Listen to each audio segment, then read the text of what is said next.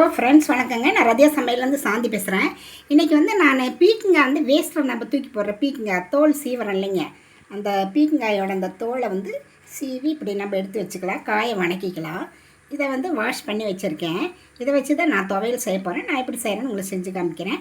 வாங்க வீடியோக்குள்ளே போகலாம். ஒரு கடாய் அடுப்பில் வச்சுருக்கேன். அதில் வந்து கடலைப்பருப்பு வந்து 1 டீஸ்பூனு, உளுந்து 1 டீஸ்பூனு, இது ரெண்டையும் நல்லா பொன்னிறமாக வர வரைக்கும் நம்ம வறுத்துக்கலாம். மீடியம் ஃப்ளேமில் வச்சுட்டு அப்படியே வறுத்துக்கலாம். இந்த அளவுக்கு பொன்னிறமாக ஆனதுக்கப்புறம் நம்ம ஒரு பிளேட்டுக்கு மாற்றிக்கலாங்க. மறுபடியும் அதுலேயும் கொஞ்சம் எண்ணெய் ஆட் பண்ணி வரமிளகாய் ஒரு 4-5, அப்புறம் சின்ன வெங்காயம் ஒரு 15 வெங்காயம், பூண்டு பல் 2, இதெல்லாம் வந்து அப்படியே வதக்கிக்கலாங்க. வெங்காயத்தில்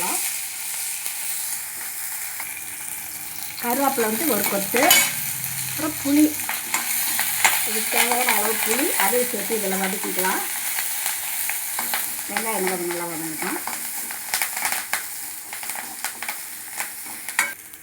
இதுக்கெல்லாம் உப்பு சேர்த்துக்கலாங்க. தேங்காய் பூ கொஞ்சம் திருவி வச்சுருக்கேன், அதை இதில் சேர்த்துட்டு இதை மறுபடியும் வேறு ஒரு பிளேட்டுக்கு மாற்றிக்கலாம். அதுலேயே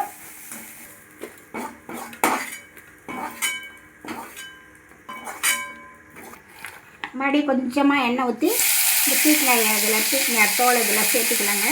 சேர்த்து ஒரு 5 நிமிஷம் நல்லா இதிலே வதங்கிட்டு நல்லா வேகட்டும்.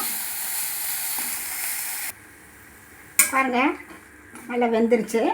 இதையும் சேர்த்து இந்த மிக்ஸி ஜாரில் இதெல்லாம் போட்டு வச்சுருக்கேன், எல்லாத்தையும் இதையும் சேர்த்து போட்டு நம்ம இங்கே அரைச்சிட்டு வந்துடலாம். பாருங்கள், அரைச்சிட்டு வந்துட்டேன். இது வந்து சாப்பாடு, தோசை, இட்லி எல்லாத்துக்குமே சூட் ஆகும். இதை வந்து நான் ஒரு பவுலுக்கு மாற்றுறேன். இதை வந்து தூக்கி போடுற இந்த மாதிரி பீக்கங்காய் தோலை வச்சு நம்ம சட்னி செய்யலாம். ரொம்பவே நல்லாயிருக்கும், டேஸ்ட்டாகவும் இருக்கும், சத்தானதும் கூட. நீங்களும் அந்த மாதிரி ட்ரை பண்ணி பார்த்துட்டு எப்படி இருக்குதுன்னு ரதியா சமையலுக்கு சப்ஸ்கிரைப் பண்ணுங்கள், லைக் பண்ணுங்கள், ஷேர் பண்ணுங்கள். அடுத்த வீடியோவில் வேறு ரெசிபியை சந்திக்கிறேன். வணக்கங்க.